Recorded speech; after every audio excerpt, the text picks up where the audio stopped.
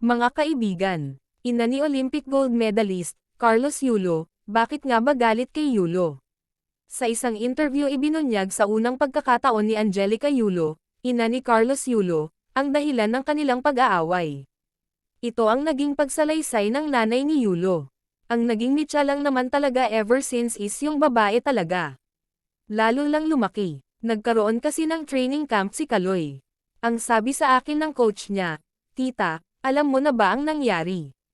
Wala kami idea. Pagdating pala doon ng teammate niya, dapat wala doon yung babae sa apartment niya.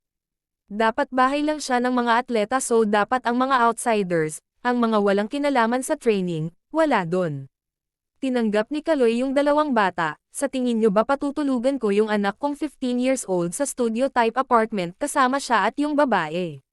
Mahirap puro lalaki, anything na mapatingin, baka sa puwet dahil nakakalat, baka maging masama yung bata. Parang feeling ko nilalayo niya sa amin si Kaloy.